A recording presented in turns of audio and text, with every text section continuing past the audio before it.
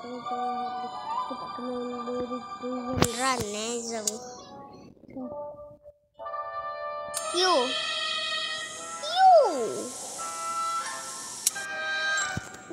Ini part 2 Ini part 2 kita main game ni.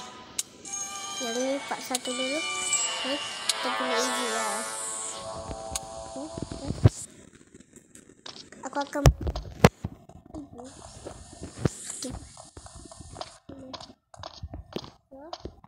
aku nak balik kampung. Tapi salah kampung. Masuk penjara. Nak balik kampung. Buat sampai pecah. Tak strong dong kau. Tak strong.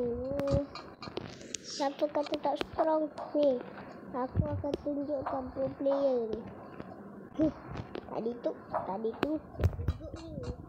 Ini baru real. Really.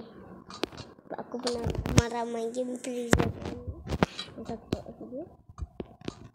Jadi aku kali ini kita dengan marah-marah.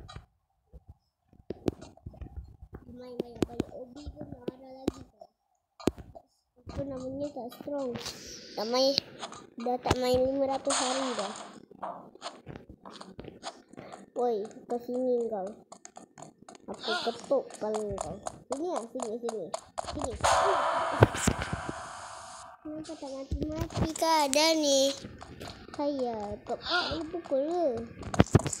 Nak punya game ni. Gerak baru je. Ambil koin.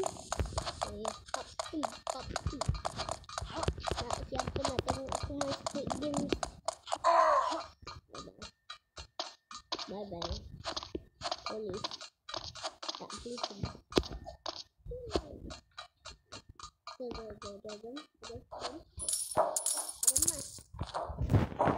Golden.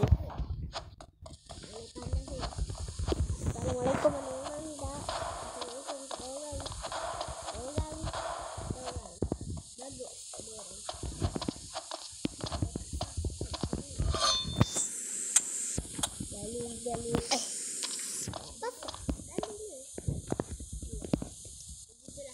gali.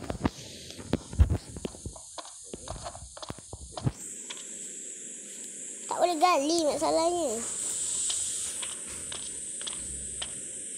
Weh, tolonglah. Galikan. Tugas kita nak selesai lah. Dia senang sikit. Saya sini. Tak boleh lah. Macam mana dia boleh tu? Agaknya sampai sini lagi kita. Sebab aku nak balik kampung. Bye.